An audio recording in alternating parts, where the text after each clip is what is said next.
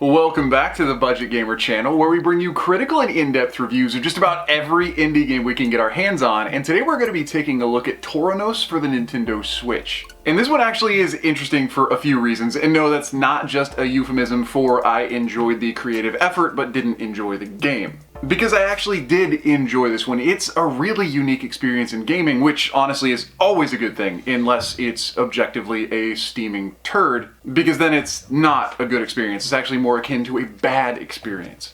But as far as Tauronos is concerned, like I said, it's an interesting, novel gaming experience, and I'm kind of happy to bring this one forward, especially to fans of dungeon crawlers and puzzle gamers. Now, getting into the story, if you do know the classic myths and legend of the Minotaur, or the Minotaur, depending on where you're from in the world, then you know about the cursed offspring of the queen and the bull that was cursed to basically wander through the dungeon labyrinths underneath the city, confronting and consuming every young lad that might cross its path. And if you're not familiar with the legend, read the legend, cause it's awesome. Otherwise, in Tauronos, you're pretty much playing off the same scenario, but as you play through the game, the story develops in some pretty unique ways, with the character that you're playing as awakening to their situation and reawakening to some certain other truths. Overall, the gameplay seems somewhat like a dungeon crawler. As I mentioned before, this might be a game that any fans of dungeon crawling might want to dive into.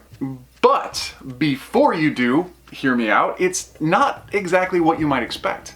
You will be navigating through a labyrinth with a bunch of closed doors and the ever-present goal of finding the next staircase to lead you ever downward. But despite having an immortal and unkillable Minotaur hunting you down through nearly every single level of the game, there really is very little, if any, focus on combat. That is, at least for most of the game, not from the player's perspective.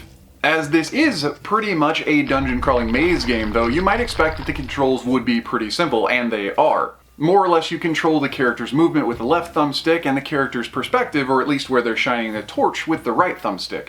And other than that, you'll pretty much just be engaging with the A button for any actionable items. Though this really isn't like an RPG, even though there is some moderate character development. As you play through the game, as you grow, as you learn more about the story and the situation you're in, you may find certain altars that you can access to increase some of your stats and abilities, whether that's speed or strength, to hopefully help you through your inevitable final encounter with the Minotaur.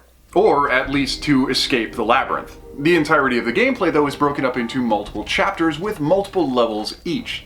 And you'll be introduced to new gaming mechanics. These might include something as small as a patch of ground that slows you down as the Minotaur is chasing you, or spike traps, arrow traps, swinging pendulums, or Indiana Jones-style boulders. Or my own personal favorite is a particular room you can stumble into in the game that reverses all of your controls. And as you will be navigating through a dark dungeon full of hard-to-recognize traps while an unkillable Minotaur is trying to murder you, you may already be able to recognize that having completely reversed control scheme is not exactly spelling out a very good day.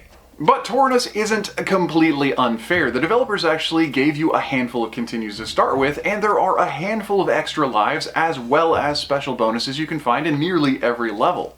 And of course there are a variety of difficulty modes to play on as well. But that being said, Tauronos does have a permadeath system, so if you get a true game over after all your continues have been liberally abused, then you will be starting over from the beginning. Thankfully, though, it is only about a 3 to 5 hour playthrough depending on your own prowess with dungeon crawling games and depending on probably which difficulty mode you choose to play on. Visually, though, as far as its presentation, Tauronos is really good. It's dark and creepy, and even though the environments themselves don't change too terribly much, the architecture of the levels, the trap designs, and the way that everything is visually coded, I personally thought was done really well, because by the time I got toward the end of the game, I was able to speed through mazes recognizing traps. And that's not necessarily because everything was super obvious, but because the developer had encoded a tell for nearly everything. And so if you do pay attention to the visuals and the audios, there's gonna be cues that tip you off, which might actually save you a life or two.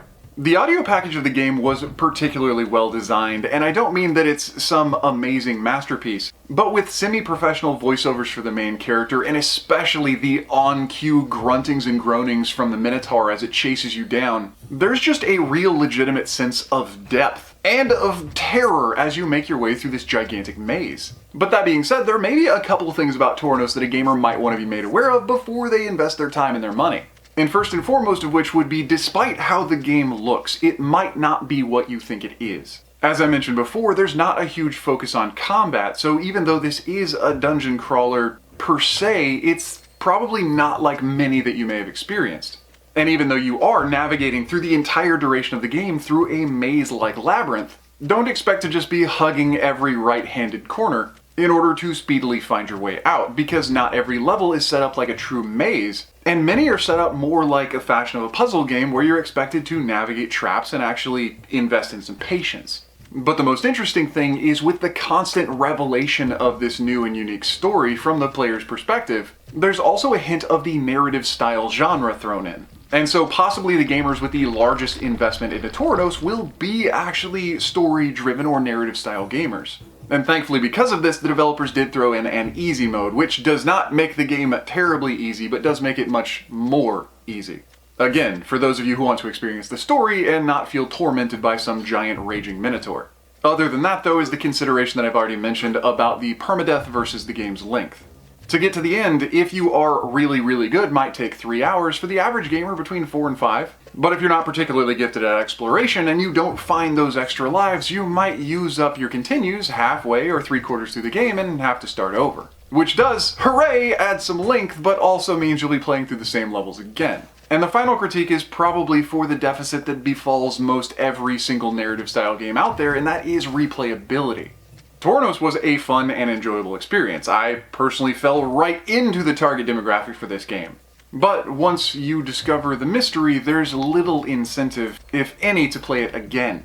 But anyway, that does about wrap up the review for Tauronos now on the Nintendo Switch, so if you enjoyed the review, or especially if you found it helpful, feel free to throw us a comment or a like to show your support, and don't forget to click that little bell icon when you subscribe to stay updated with the latest content. Because as you can see, there are literally thousands of indie games on the eShop, and new and unique ones are coming out every single day. And as we are one of the only YouTube channels that exclusively covers smaller indie game titles, whether it's an easy hard pass or an unforgettable gem, chances are if it's on the Switch, you're gonna find out about it right here. But anyway, this has been The Budget Gamers. As always, thanks for watching.